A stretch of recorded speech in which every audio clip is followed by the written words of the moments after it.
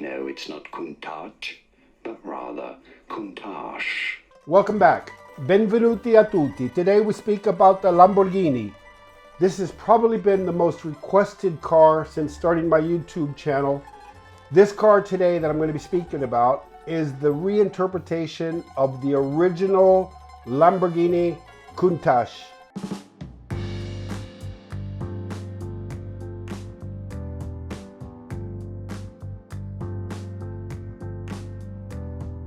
Now, the Lamborghini Countach is a very, very significant car in automotive design, especially in supercar design. And this car was done by Bertone and it was penned by Marcello Gandini. Now, Marcello Gandini had this idea that he was going to do a radical new design for Lamborghini, and they wanted the car to be incredibly engaging from an aesthetic point of view as well as from a performance point of view. Now, what that resulted in was the ultimate wedge shape, something that was out of this world. When you saw the Countach for the first time, typically a jaw-dropping moment. Now, for me, the starting point for the Countach should always be considered the LP112, but it had to be optimized. It wasn't perfect when it came out, had a lot of issues. And for that reason, for me, the LP500 is the Countach that I hold most dear, most closely to my heart. Now, the LP500 as a starting point, I think, is what Lamborghini today has based their new design, their new, let's call it the Countach LPI 800-4. 2 million pounds or euros plus, so that's very expensive. They're only going to build 112 of them. That's because of the LP112 code name. This one that we're going to be looking at today harks back to the more original ones, and in that sense I think they've done the right decision to base it off of something that anybody who saw that car for the first time again really got the heartbeat going.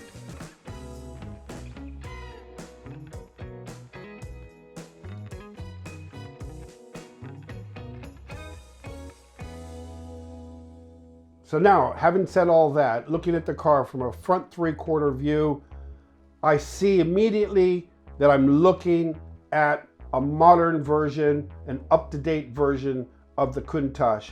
Is it far enough forward? That is the question I'm thinking right now. I have to say the car doesn't stretch enough into the future to be a new version of the Lamborghini Countach. It's based on the underpinnings of the Aventador, which means they're restricted. They cannot change the hard points. That's not to say the Aventador is bad, but the Aventador came out in 2011. We are 10 years further into the future now. We're in 2021, and I think the Countach of all cars, one of all cars in the history of car design, merits a new look, a revisit, and especially if you're going to pay 2.5 million of whatever you've got to get this car, you deserve something that is, let's call it from the ground up, new, and respects that wildness that the Countach absolutely deserves.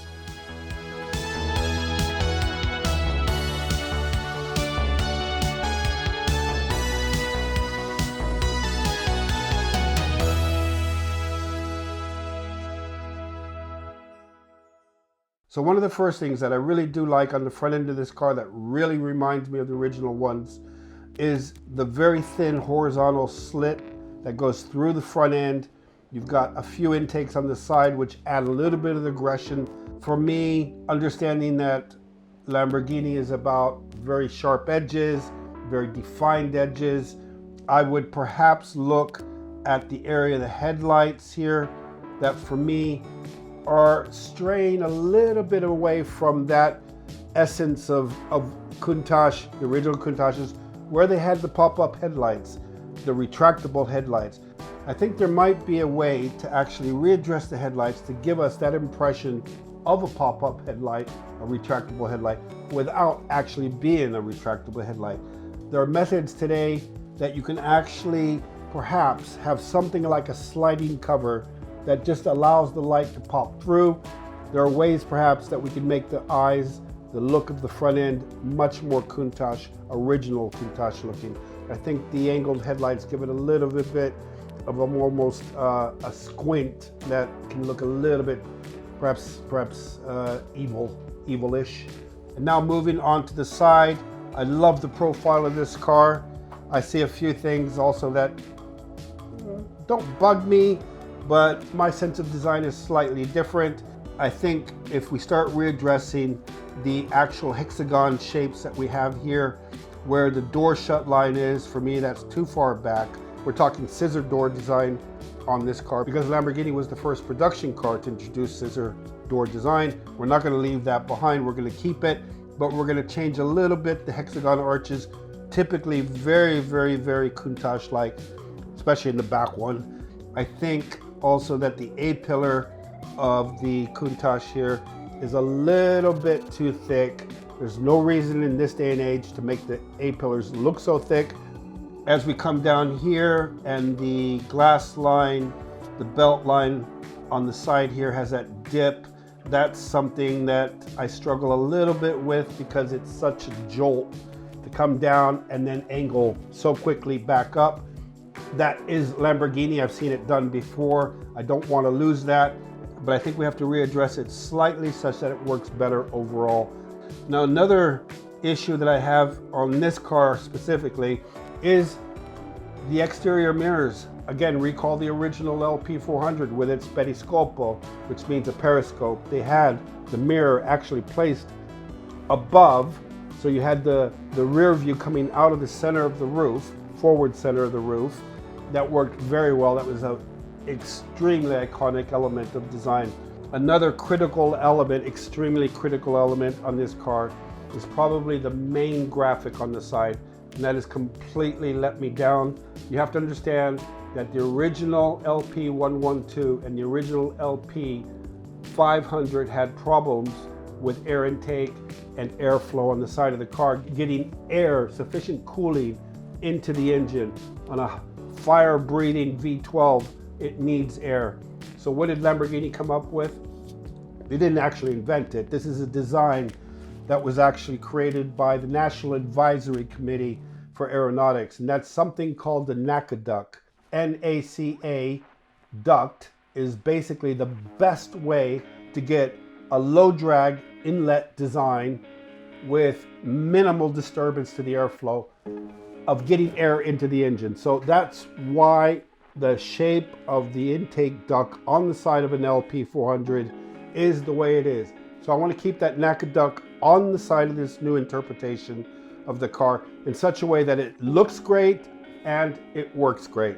Now, another issue that I would really address on the design is this area of the quarter glass just behind the door around the C-pillar area, and that is very much like what we saw on the LP500. When you're looking at a NACA duct that extends, or at least an intake duct like they've done it here, you're losing the cohesion between this area and that area, and we need to find a way to make it work. And another thing that I think would help as well is to darken this area here such that you increase the visual length of the greenhouse. That's usually a good thing. It stretches the car longitudinally. That's good. We don't want cars to go up. We want them to go that way. So I think it will help us to redesign this area here. Obviously, it needs to be an intake, and we can do that, I'm sure, in a way that will beautify it as well as stay functional, as well as work with the other elements around it. Then moving on to the rear, where we have the hexagonal rear wheel arch cutout. That shape there works. Obviously, it's very much influenced from the original Countach, and it's kind of speaking with the front one. But as soon as I change the front one, it's going to throw this one off, and they're going to be like perhaps brother and sister or cousins. They're not going to be closely related. And on a car, when you have two elements that are fairly close to each other, they should relate. Now, as we come back with the center line and we reach this point here, that's very Lamborghini Countach from the original version. What I want to try and address is something perhaps even a little bit higher, because what I'm going to be looking at is optimizing the airflow off the back of the car. Then we want to make this one have something what we call active aero. That means a part of the design, part of the body work that only works in certain situations. It's not always needed. So to have a massive wing on the back perhaps looks cool. But in this day and age, it's old-fashioned. So I want to find a way to make the car have that visual impact of the spoilers that we remember from the S versions of this car, but in a much more quiet, understated manner. It's only there when you need it. When it's not, it recesses back into the bodywork, almost as if it wasn't there in the first place. Now moving on to the rear view, I love rear ends. I love to make the rear ends almost become the crowning element of the design of a car. And I'm going to have a field day with this one because that rear end for me lacks so much design potential that could be inserted into it. Now, I'm biting off probably a little bit more than I can chew, but I want to tackle the rear end and give it a much more striking rear end. And I think I can do it simply by a few tricks, like exposing much more of the rear of the tire from the rear view. That's very typical from the original Lamborghini Countach. If you look at it, they really show those chunky rear tires in the back. The taillights, complete letdown for me because I know where those taillights came from. Like I said at the beginning, this car deserves its own taillights. So I'm going to readdress the shape of the taillights, make them fit this car in such a way that it's exciting to see the car with the taillights on. The diffuser on this car, I would be hesitant to do anything radical to it, but maybe we can dress it up in a different way that maybe allows the license plate, the reg plate on the back to be better incorporated, not so old-fashioned the way it looks here. One last element that is critical to the design of the Countach is the quad exhaust pipe. For exhaust pipes, how can you go wrong? The only way to improve them is to improve the shape of them. Improve the shape of them for aesthetic reasons? Nuh-uh, not a good idea. Round shapes are fantastic for sound. We try to keep our pipes coming out of the rear end nice and round, and so we're going to try and do that, but maybe in a little bit of a different way on this car to add a little bit of visual excitement to the exhaust pipes. One other point I feel very strongly about is when you look at the original Countach, one thing that you immediately appreciate, that you notice that really stands out, that differentiates this car over so many other cars, is the amount of tumble home. Now, I've said what tumble home is in the past, I've explained it, but I'll quickly tell you what it is.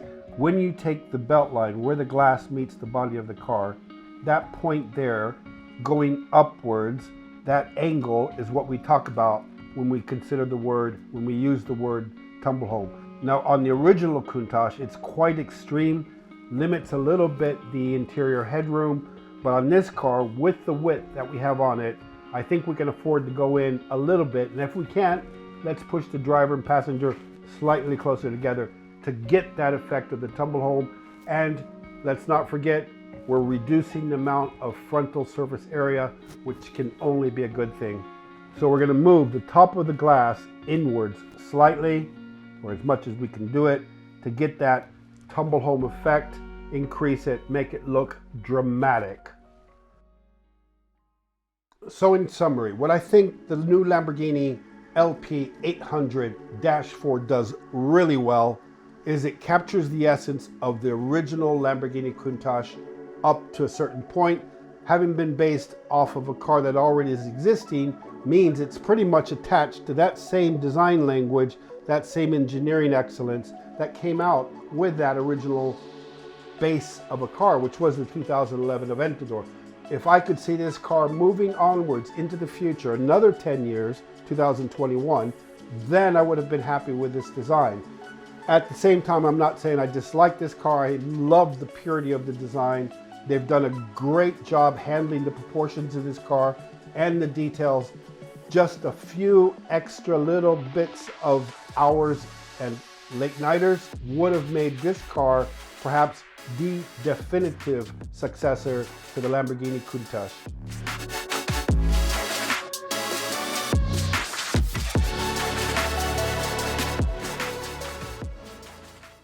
I'm going to be adjusting a lot of the lines on this car, a lot of the shut lines. I'm going to be reducing the amount of panels on this car. I'm going to make it a little bit more fluid, but fluid, let's call it, in a Versace way.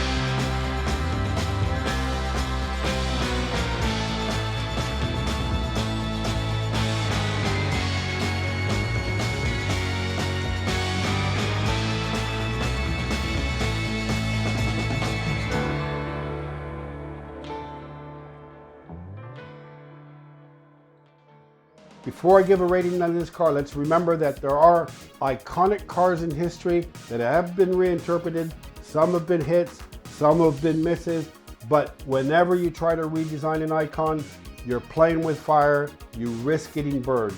And in that sense, for me, this car almost makes it, but it's not there. It needs a little bit more fine tuning, and then I think it would have reached a very high number. Yet I have to give it, at this moment, looking at it the way it is, a 7.9.